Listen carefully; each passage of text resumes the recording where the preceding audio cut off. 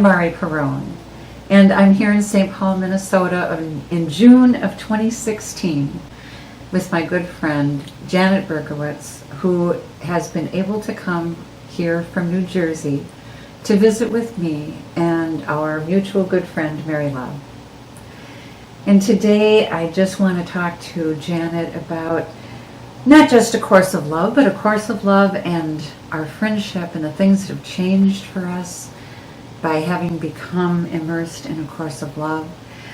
Janet and I met, I thought it was a lot longer ago. I looked it back and it's only been a couple of years. I feel like No, it was a year. We met last year. No, but by email. Yes, and letters. Yes.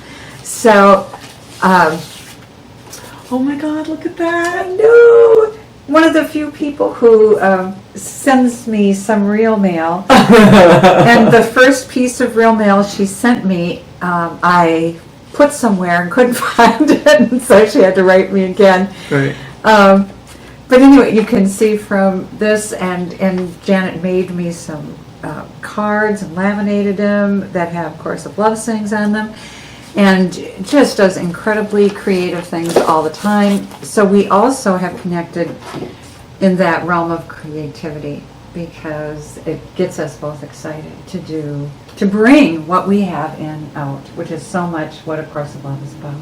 Yeah. Yeah, so welcome, Janet. And I mean, I have found this over and over again that since this spiritual path started, first with our now mutual friend Mary Love and Julianne Carver and the Days of the Grace trilogy, which maybe we will talk about a little bit, but it was like that was this heart opening. It was very personal. The start of my spiritual journey was so very personal and so about the connection between people. I mean, it really was like this that brought this, and it's so this getting personal. It's like I could not do the old style spirituality, I don't think, because this is what I treasure, and it is not in any way less than this. You know what I mean? It's like to tell our stories, to share our hearts, to share the things that have hurt us. All those things have a part in, where we're going with this course. Yeah. And I think you and I connected also a little bit on, aspects of ourselves that, we were a little wounded, and everybody I came out of is. a lot of woundedness. Not even just woundedness, just I came out of a 4-year like a vacuum state where I had, as I told you, I'd been having suicidal thoughts, and I could not have manifested this when I was in that. But this came at the tail end of that. And so I had a lot of loneliness in my mind before this came. And, I had also, like you, I was dropping out of all the Course in Miracles groups I had tried. None of it was working for me anymore. It's interesting you call it old style spirituality. You're right. For many years, the whole New Age movement has been very mental, but looked good. A lot of people looked really good with that stuff.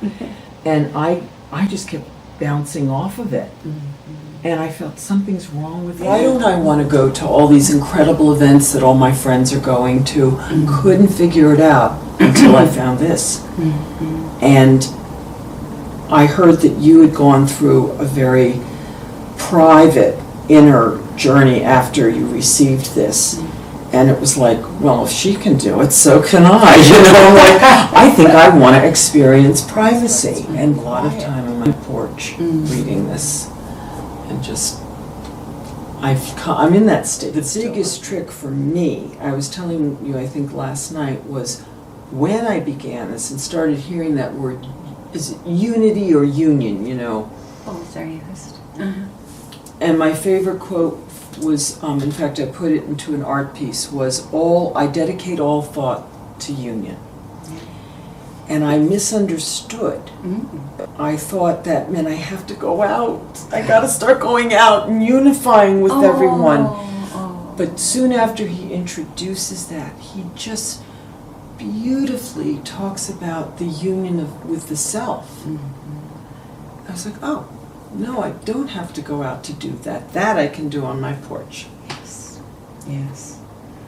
It is finally sort of a recognition of, I think, a lot of more feminine ways of knowing, and also of the interior, so that we all need to go into the interior of ourselves to do this uniting.